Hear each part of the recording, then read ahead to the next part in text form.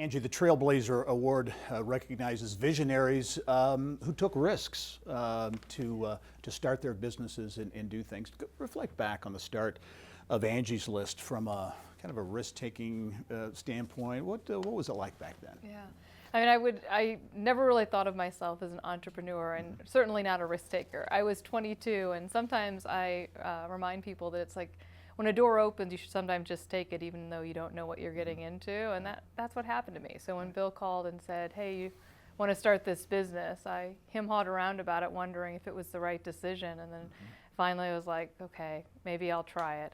But very, very tepid in my decision, for sure. Yeah, part of being an entrepreneur too is really kind of getting out of your comfort zone. And you, as I recall, would go door to door back in the early days, and that was difficult for you, right? It was horrible. It was horrible. I mean, I was a math geek and enjoyed kind of looking at spreadsheets, and to go door to door was just more character building than anything.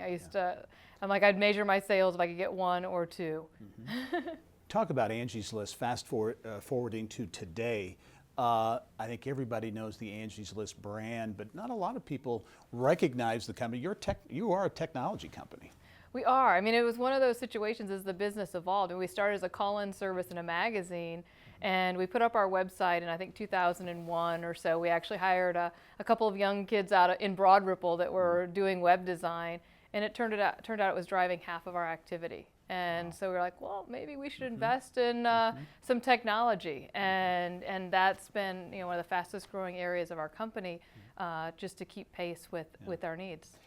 As you look at the tech landscape in Indiana over the span of Angie's List, talk about how it has changed, maybe on multiple levels, including talent and that need to attract and keep talent here. Yeah, I mean, I think it's really important that we have a good ecosystem of talent, and Bill Osterley and Scott Brenton and I realized that back in the early 2000s when we started the Orr Fellowship, because our theory was, if you can keep young talent here and invest in their career early on, they'll keep coming back. Instead of having to wait for them to go away and come back to Indiana, and to see how that has expanded over the years is something that I'm very proud of. I mean, there's hundreds of fellows and former fellows around here doing awesome things in Indianapolis. How about today, technology? There's so much momentum in the tech community around the state, and I think in particular in central Indiana.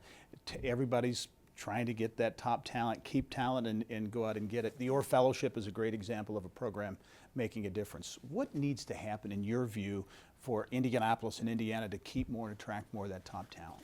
Well, I think a lot of it is around getting exposure to the things that are happening. I mean, I think, a lot of people ask, like, what kind of created some of our entrepreneurial kind of bubble that we have going on in Indiana? And I think a lot of it stems from, Exact Target going public, even an Angie's List going public, and the sale, and kind of brought exposure, brought venture capital here, and brought talent here, and kind of created a great mentorship, and programs like TechPoint and things like that. I think back of what it was like being 22 starting a business. There were no resources like that, and it's just a great environment. I mean, this is a business community that very much nurtures and supports one another.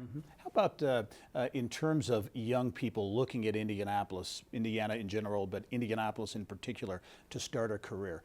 Different place to start a career today than it would have been 20 years ago. Oh, for sure, for sure. I mean, it's very different. I mean, we're attracting a lot more young people to work here in Indianapolis, and the thought of having a series of startups that you could go work for, 20, 25 years ago, that wasn't the case. I mean, you were going to a large company if you were coming to Indianapolis, and it's a totally different environment. What does the Trailblazer Award mean to you personally, to receive this award? Yeah, it's a very humbling experience. I mean, I'm very happy that anything that we're doing, that can kind of set an example and really be a role model for folks coming that are thinking about starting a business. So I'm thrilled by that, but it's quite an honor.